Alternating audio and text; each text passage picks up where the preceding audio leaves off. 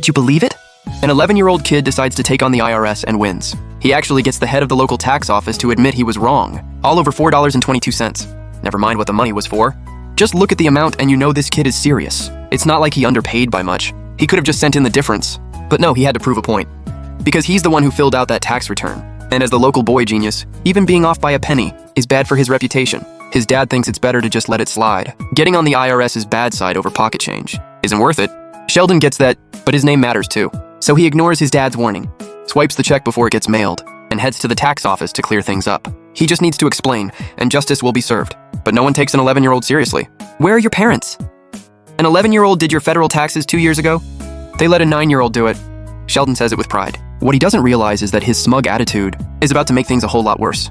Not only does he fail to fix the $4 mistake, now his family's getting audited. 3 years worth of returns. Way to make a mountain out of a molehill. His dad decides to hire a professional to sort it out.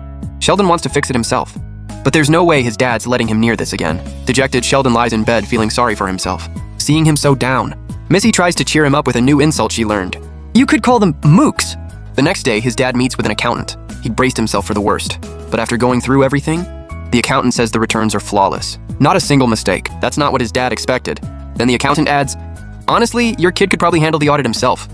Which is awkward because his dad just told Sheldon no. Now he has to eat crow. Not easy. I'll know if anyone's smart enough to get us out of there. And you are. He doesn't say it outright, but Sheldon can tell from his sheepish look that he's been reinstated. Soon they're back at the tax office. With his dad's support, Sheldon's feeling confident. To him, this isn't just an audit, it's an intellectual showdown. And even against a seasoned tax agent, he holds his own. Before long, victory seems within reach. Then the agent asks if he's always done his family's taxes for free. Sheldon immediately says no.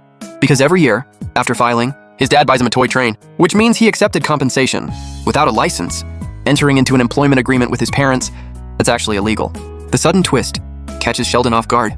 He mumbles an excuse and steps out, only to hide in the hallway devastated. He feels like he let his dad down, walked right into a trap. But his dad doesn't blame him. Everyone messes up sometimes. If you don't look back and think you were dumb, then you haven't learned anything. With his dad's encouragement, Sheldon walks back into the room. His dad taught him, no matter what, you don't give up. Then it hits him, his dad's a teacher. He turns to the agent. His dad taught him economics.